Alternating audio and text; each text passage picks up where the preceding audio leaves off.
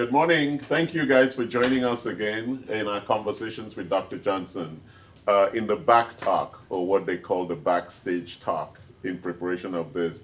You were so excited by all this thing about making you such a great doctor. Oh, you have no idea. First of all, you are a great doctor. Thank you. Yes. Over 30 years of practice. 40. Oh, wow. 40. 40. Yeah. Wow. Now I'm more impressed. You should actually now be in the VVIP section. I see. Right. Yeah. And out of those 40 years, how many years of them in functional medicine practice? Since 1996, so that would be 24 years. Wow. Thank you. And I'm just like a virgin in the space of functional medicine. That means I don't really even know how to get it done, how to get it going. I see. Well, you'll get there. Thank you. So yesterday, or this week, we started on Tuesday talking about sleep. Yes. And then yesterday, we made that philosophical jump into being awake. Yes. And I was challenging you with what is the point of being awake when we could be sleeping? And you quickly and expertly dodged it, just as No, I gave you the answer. oh, So we can accomplish our mission in life. and I was shocked by that because having been a liberal before, I didn't think I had a mission. I think I had to support the mission of the government. I see. Well, Yes. well. But now that I'm glad you're awake. Yes, I finally woken up, Yeah. and I know that I should have my own objective. Yes. Yes, wonderful. So today we want to talk about this very amazing topic that we all love. It's about really eating, but not really the eating, but the digestion and the absorption of nutrients. What happens after we eat? Yes, Yes. because everybody I know, including you, loves to eat. Is that like an addiction that we genetically inherited? Pretty much. Really? Pretty much. Yeah. Wow. Because I haven't met anybody who doesn't like eating. You know, there are claims that there are certain people who are breatharians. Yeah, I've heard about They live on. They live on breathing. They live on air. Most of the undercover evaluations of that have shown that these people are actually secretly eating. At home. That would be like Karen. Karen spends all day breathing and then goes home and eats under her blanket. I see. They call them blanket eaters. I see. Or closet eaters. Yeah, closet. Come out of the eaters. closet, Yeah, Karen. come out of the closet and just eat, like all of us, right? And gorge. But then again, yesterday we spoke about intermittent fasting. So one of the issues as I've grown older is, and gone more educated. First of all, I didn't think I should be taking probiotics. So you were already talking about some things that we do in Africa where we eat the dung, right? Yes, we're going to pass on that here. Okay, why Americans wouldn't want to know, but now they do surgery where they encapsulate the dung and do implants. Well, they call or- them fecal implants. Yeah, but through a rectal tube that can be done. All right. Yeah. Well, it's the same thing, like Yeah. eating it. Yeah, It's cheaper, that actually. is not popular, shall we say? All right. It's not common. Yes, but It why? can be done. But why would we be looking at a more very powerful earth-based kind of probiotic? What is the challenge with our diet and our eating system that requires a very good probiotic? Well, look, we are exposed to millions, probably billions of bacteria and viruses every day of our lives. And our skin hosts a microbiome of bacteria, and our gut hosts a much bigger microbiome of bacteria. Okay, you're using big words now. You know we're talking to Americans. So Okay. what is a microbiome? Okay, so micro refers to the fact that bacteria are Small. microorganisms, Yeah. tiny organisms. Biome refers to a biological system or home, if you will. Yes, ecosystem. And so we are supposed to have hundreds of different bacteria in our gut. Yes. And some of those bacteria are highly beneficial to us, some of those bacteria are harmful to us. We will never completely get rid of the harmful bacteria, so what we want to do is we want to encourage the growth of the friendly, helpful bacteria so they can kind of, to a certain extent, crowd out the bad bacteria. But we also need that bad bacteria, right? Because if you got rid of all of it, that would also not be a good thing. That is believed to be correct, yes. Okay, so yes. you need some kind of a balance. Balance, yes. But typically the bad bacteria overwhelms the good bacteria. It must be that the good bacteria are weak. So the bad bacteria like beats them every night and they go into submission. Well, so the question is, why are they weak? They're weak because of our diet. There are certain things we can eat that encourage the growth and population explosion for the good bacteria. Okay. But the standard American diet tends to suppress the good bacteria and encourage the bad bacteria. Especially sugar, yes, and all those flavored drinks. Karen loves them. She's like, you know, just part of this diet. Where does this addiction for sugar comes from? Is it like a programmed addiction? Well, here's my theory. I don't know of any way to prove this, but it makes perfect sense. In ancient times, I believe that having a sweet tooth was literally life-saving, because people with a sweet tooth would seek out a way to satisfy the sweet tooth. How would they do that? Mostly by eating fruit. Okay? And it was a good way to survive. Now, what does fruit have that is essential for human life? It has vitamin C in it. Yes. Okay? If you have no vitamin C, you will die of scurvy. Correct. So people who didn't have a sweet tooth would tend to die of scurvy before they ever had a chance to pass on their non-sweet tooth genes to their offspring. And you could say that of people today who still don't like fruits, right? So perhaps they don't actually have a sweet tooth. Well, if so, they're if so, they're going to have to get their vitamin C at the health food store. Oh, they might have to have it here. Or Anti-Fragility Health. Yes. Which is the source for amazing vitamin C chewable. Yeah. Yes. Yeah. All right. So go ahead, Doc. So in modern times, a sweet tooth is killing us. Why? Because sugar is available to us everywhere. Most packaged foods are loaded with sugar. There are ice cream shops on every corner, and so the average American eats probably 500 times more sugar than is actually healthy for them. So in ancient times, the sweet tooth was saving our lives because we'd go eat fruit with vitamin C. In modern times, we're satisfying our sweet tooth with refined sugar, and refined sugar leads to all sorts of problems. Your probiotics tend to wither away, your good bacteria, your bad bacteria tend to thrive, and it causes obesity, it causes diabetes, it plays a huge role in heart attacks and strokes, and in cancer. So that's why many people would say just don't eat sugar. So what is your advice now? I mean, we are in a clinic where we offer functional medicine advice. Yes. And we carry probiotics like this. So, what is your recommendation on how people should take probiotics? Well, the simplest way is to just take one pill a day. Now, if somebody, if their gut is in bad shape, we might have to go to a higher dose temporarily, as sort of a loading dose before we go back to a maintenance dose. Yes, and what would be the indications that would tell you whether somebody is not having the right dose of probiotics?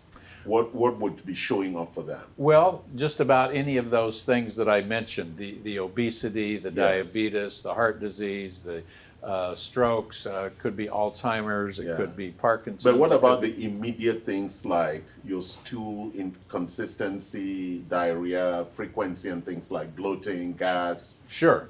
Bloating and gas are two big ones. Yes.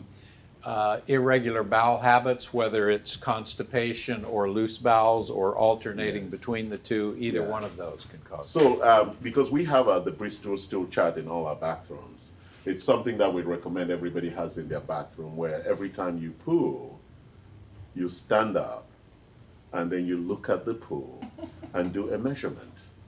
And then the psychiatrist will diagnose you as obsessed with stool consistency. Which is a good thing.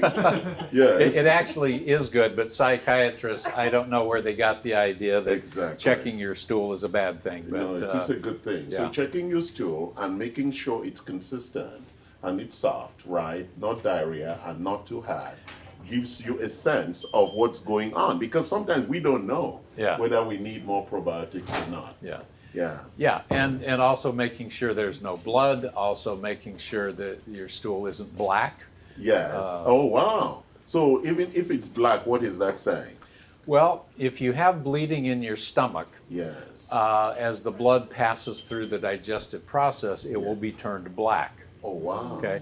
Now, a black stool doesn't prove you've had bleeding, because a black stool can be caused by certain iron supplementation. Yeah. It can be caused in some people by taking Pepto-Bismol. And also eating some African vegetables. Hilarious. Yeah. Black vegetables? Yes. Really? Pumpkins and things. Yeah. Really? Yes. Dr. Johnson is He's like, astonished. oh, really? It's okay. I'm taking them on a global journey. Yeah. I've eaten lots of pumpkins and have never run into These that. are African ones. An African pumpkin. Be I see. clear. special. Be clear. Yeah, these are very special ones. I see. And they give you things I don't want to mention online, but they're very, very specific. So probiotics, do you think everybody should be on probiotics? Pretty much. I mean, there are From obvious- any age? Sure, there are certainly people that have a much more acute need, Yes. but for good health and maintenance, I think it's important. I just learned that there is a probiotic, and we've just ordered some from Japan, a probiotic that when fed to rats increased their lifespan by 100%. Now, Wow. I'm not suggesting that I think that the same probiotic will increase human lifespan by that amount, but even if it only increased it by 10%, that would still be pretty cool. I'm not going to crack the jokes Dr. Johnson and I were cracking yesterday when I was ordering this dried yogurt thing from Japan. But it's fascinating when we see the ramifications it could have globally. Yes. Yes, and I think that American women would love it Oh, my once it goodness. arrives. Yes. So we were going to move from probiotics to fiber. Fiber. Yes. Okay. All right. Yes. Quick question on probiotics. Actually there was two. The probiotics 225. Is it safe for anyone with any kind of digestive issue? To take probiotics, is it safe? No, specifically the probiotics 225. Yeah. Yes. Because Yes. you said it was really strong when you. No, no, it is good. Yeah, but again, you find the right dose that It's works high, for it's you. high potency. Okay. Yeah. But yeah, anybody can take that, sure. And then two, are there specific types of probiotics for people with different menstrual issues? Menstrual? Menstrual, because doesn't probiotics affect your sexual hormone or your uterus? I'm not aware that there are different probiotics for women with menstrual problems. No, But there's, I think she was talking about people who have, is it ECOS? Yes, PCOS. PCOS, people with a polycystic ovarian syndrome. yeah. Whether they would be affected, but. Well, yeah, go on. it's certainly not going to hurt. It might help, but there are other much more effective things that we do for PCOS. Okay, Yes. got it. Okay. So we move to fiber. So this whole conversation is really about digestion and absorption. Yes. Because we eat not because we enjoy eating. We eat so we can get nutrients for life. I know most Americans don't understand that. They thought eating was just like a hobby you do to fill your stomach. Yeah. So we actually eat to get nutrients. Yes. And so what role does fiber play, and why is there the deficiency of fiber in American eating? Well, there's a deficiency. That's very simple because most of modern food processing is about removing the fiber from our food. So anything you buy that comes in a box, a package, whether it's breakfast cereal or whatever, most of the fiber has been removed. So when the fiber has been removed from carbohydrates, it means your body can much more quickly turn the carbohydrates into sugar, Yeah. which then leads to problems with weight gain, obesity, diabetes, and so on. Fiber is food for your friendly bacteria for your probiotics. So this fiber right here has something called acacia fiber in it. And this is especially an especially powerful food for some of the good bacteria that give us some of the better health benefits. And so we also know that the fiber actually slows down the digestive process as food goes through Yes. the small and large intestines. So that the digestive process can be more complete and effective. and, Yes. and more absorption. Yes. Fiber also helps carry the bad cholesterol, the LDL, out of your system. Yeah. And so this is an effective treatment for high cholesterol. Which is really why, in spite of the other things that vegetables give us, it's really the fiber content in vegetables, isn't it? Yes. When you eat carbohydrates, the thing that makes it a good carbohydrate is the presence of fiber. The thing that makes it a bad carb is the absence of fiber. Okay? Yeah. We should ideally, if we should ideally not eat any packaged foods, but if you insist, turn the package over, look at the fine print on the label, look at how many grams of carbs per serving, and let's say you've got a loaf of bread that has 30 grams of carbs per slice, which would be kind of typical. Okay? At a minimum, we want 20% of those carbs in the form of fiber. So 20% of 30 is 6. Wow. So you got 30 grams of carbs, you want 6 or more grams of fiber. In that. You're going to be hard pressed to find bread that meets that criteria. Most bread will have maybe 1 gram or maybe 0 grams of fiber in it. So why do they take the fiber out? Because fiber makes us chew and chew and chew, and we're lazy, we're in a hurry, we want fast food, and you make food fast by removing the fiber. Which is why oatmeal is such a good thing, especially Yeah. the steel cut Yeah. oatmeal. Now, if you insist on eating these non-fiber carbs or low-fiber carbs, add a fiber supplement to it. It's still not as good as if the fiber was Original. already contained, Yes. but it is at least a step you can take in the right direction. And the other thing it does, it makes your poo comes out like a slithering snake. So your poo just glides out.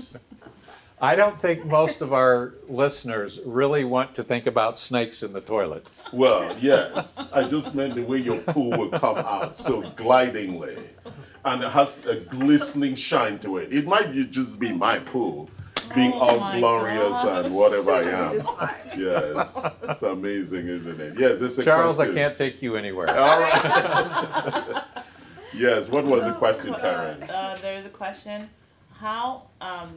What is the time period between eating and pooping? What is a proper time period between eating and pooping?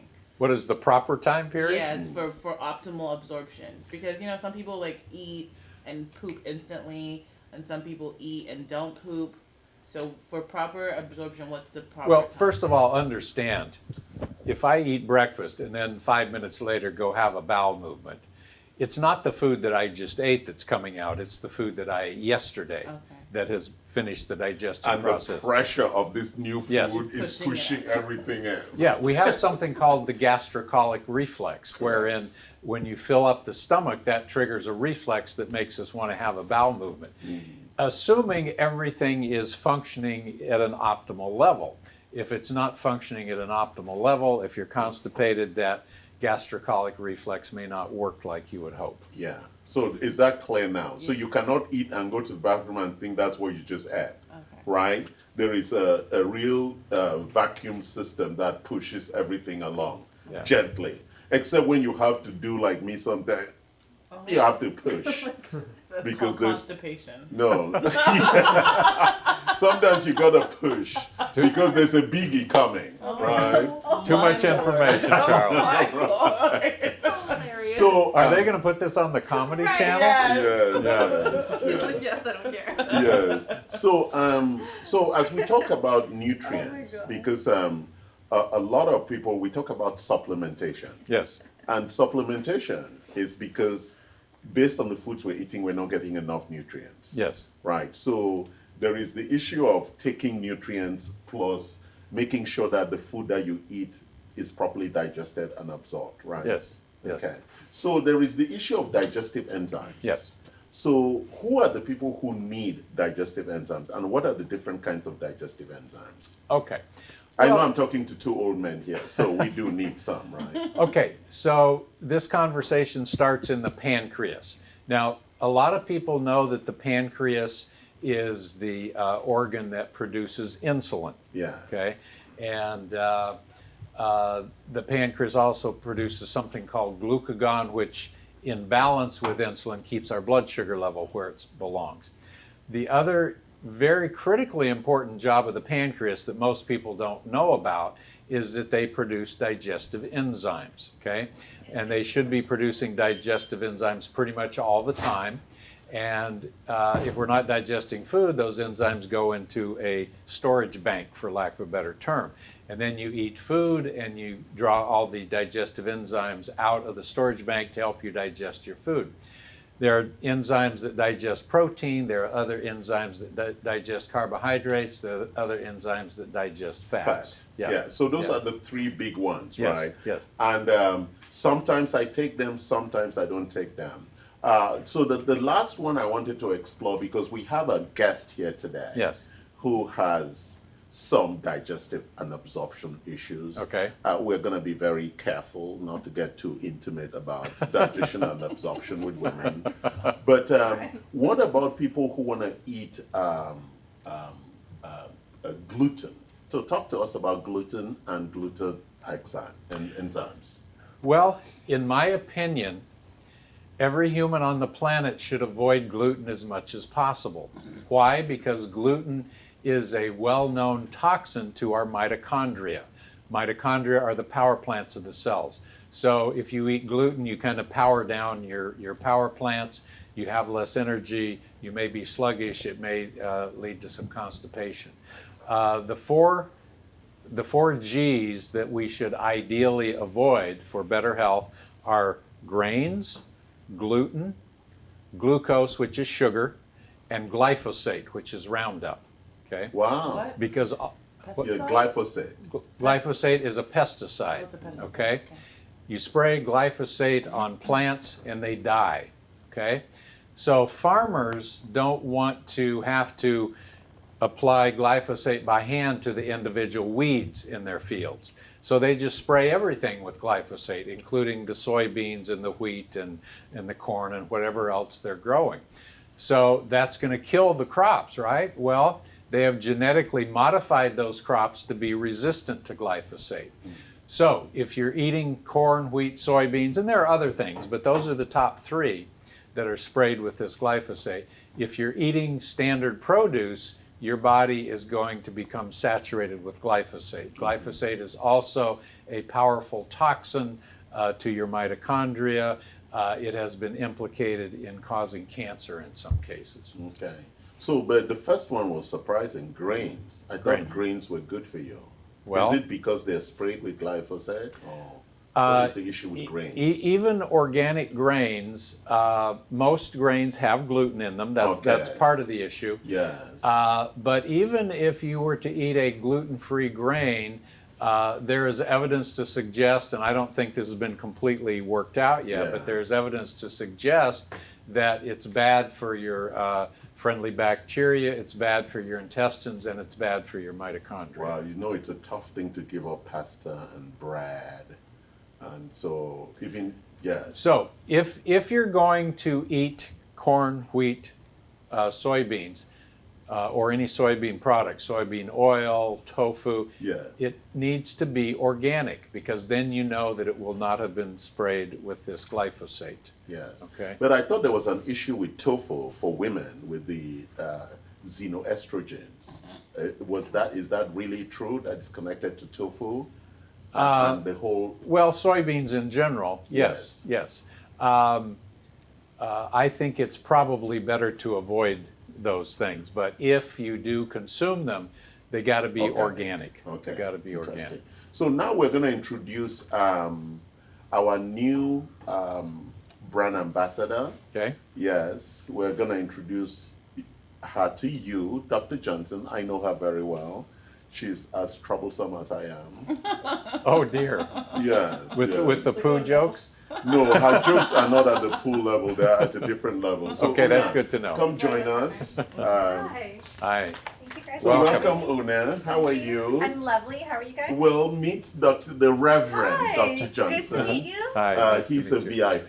VIPs, that's the only way we should be, just VIP. I didn't want you to go lower class. We don't know is how. very important poo.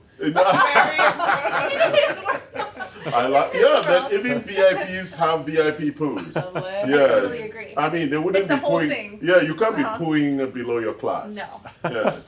And that's why in most planes they put business class up and first class so you can poo down. I see. Your poo descends. I see. So thank you for joining us, Thanks Una. for having me. I know that this is going to be a fruitful union Yes. and working together. So today we have been talking about digestion and absorption. And so I wanted you to talk to Dr. Johnson how that is for you and how you've been working on it. And Dr. Johnson may have some suggestions for you. Absolutely, yes. I found myself just like after, not even certain foods, just certain days not related to menstrual period being bloated. And I mean, I do probiotics, I do enzymes. I think that's what it's called. Digestive enzymes. Yes, where I take a pill prior to my meal. Mhm. So I've been doing that, and I thought that was kind of going to make a difference. And honestly, I didn't see a pattern where it did make a difference. Okay. Well, there's huge variation in the quality of digestive supplements that you might buy at a health food store. And this is very possibly a matter of trial and error to find the digestive enzyme that works for you, because they are not all created equal by any stretch. You may need a more potent probiotic, and you probably need to add prebiotics. But Dr. Johnson, To- wouldn't it be better to start by doing a poo analysis? Well, yes, A of course. diagnostic. Of course. I know you didn't want to go there. I had to bring it since you are very poo adversarial. You have this issue with poo, right? Only you're- yours. You're just too comfortable with poo. Yeah, so shouldn't we do a Yes. diagnostic? Yes, To of course. see which, perhaps the bacterial diversity Yes. might then encourage us to then send her in the right direction. Yeah. There can be hidden pathological or harmful Issues. bacteria. Yes. There can be mold, yeast, fungus. There can be parasites. Yes. If a patient comes up to me on the street and says, "What should I do for such and such a problem?" Yeah. I try to be as helpful as I can, but always the better answer is, come in, let us do a proper, thorough evaluation so we know for sure what we're dealing with and we're not Yes. just shooting in the dark. Yes, Yeah. but initially he was giving you some guidance as to what you could do in the interim Yes, Got it. to help with that. yes. Yeah, Okay. I love that it's so customized because I've seen, I mean, from nutritionists to a regular doctor, and it's never really a pinpoint. When I seen a regular doctor, they literally told me, we don't know what it is, but cut out dairy for a month, see if it works. Cut out wheat for a month, see if it works. It's just kind of like cut out stuff and see what happens. Yeah. And I tried doing that where I was no dairy, and again, I didn't really see a difference. Okay. But then again, I'm sure it's so hard eating out and then, like working and being out and about. I'm sure things that I don't even know have dairy. Yeah, sure. So, like purchasing stuff at restaurants, I'm sure there's slight stuff in it. But the point is, there's never been like a direct kind of pinpoint, okay, this is The what your food that is issue triggering. is. Yeah. Yes. And again, I've tried, everything. Sure. Yeah, there can be food allergies or sensitivities that you didn't really have any way to suspect. The reason they told you to eliminate dairy is because that is a common source of food allergies and sensitivities. Wheat. Now, grains, we talked about before, grains, gluten, glyphosate, they tend to weaken the integrity of the lining of the intestine. Okay. And a big important job of our intestines is to absorb nutrients that our body needs and keep out the harmful molecules that may be in the intestine so that they pass through. So we can get what is called leaky gut syndrome. So where the cells, where they come together, instead of having nice tight junctions, Yes. they separate and they allow unwanted particles. So It could be undigested food, it could be partially digested food, and those things, if they get into your bloodstream, tend to trigger Or the inflammation signals. head to toe symptoms, whether it's Yes. inflammation, whether it's fatigue, whether it's headache, Yeah. whatever the case may be. Yeah.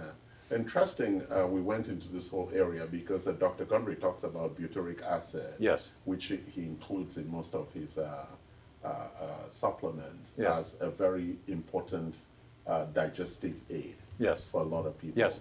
And interestingly enough, butyric acid is a saturated fat. We've all been told to avoid saturated fats. And while there are some saturated fats that are very bad and should be avoided, butyric acid, it's a short chain fatty acid. Yeah. And butyric acid is one of the saturated fats that's incredibly good for For us. us, yes, especially Yeah. the digestive system. That's interesting. So Una, thank you for joining Thank us you for today. having me. I noticed that you were pulling away for us. I don't know whether it's because we're so old and I just there wanted was to an- give you guys your space. Oh, okay, You know, thank to you, really thank deliver you. the oxygen between you two. All right. Yeah, because we I thought we understand. were. It was Yeah, it really was like we intense. were running yeah. out of oxygen. Right, here. right, and you're It must very- be me because I absorb most of the oxygen you in the do, room. and you're Yes. very, serious in what you're saying, and with the whole poop thing. And I know he's kind of trying to, fight off of it. Yeah. So, So no problem. all I'm right. just, So you you just know, like yes. okay, I get that. So Una, thank you. Thank you so much. Thanks So for Una having will me. be joining us every week. Una, stay, Una, Okay. Una, yeah, stay, Una. Una will be joining us every week, at least once a week, in conversations with Dr. Johnson, as she also goes out on Instagram and to talk to her community about the journey she's going to be Absolutely. on with regard to a very revered functional. Talking about the journey method. to wellness. Yeah. Yes, I love and that. longevity. Yes. She wants to live forever. I want to stay young forever. I kind of want to go back. I kind of want to be at 18. Wow. Is this a thing? I want to go to 18 and just stay there forever? That's the That's magic. all I'm asking Well, for. there's research going on Okay. that if it turns out the way it looks like it will, Okay. that what you're suggesting may actually be possible. So the There's skin, hope. the face, everything. Yes. I'm Everything. so excited. And poo. And poop. So thank you for joining us today, and I hope you had fun, and we'll see you next week. Thank you. All right. Thank you, you. Dr. Johnson. My pleasure. And thank you, Una. Thank you. Yeah.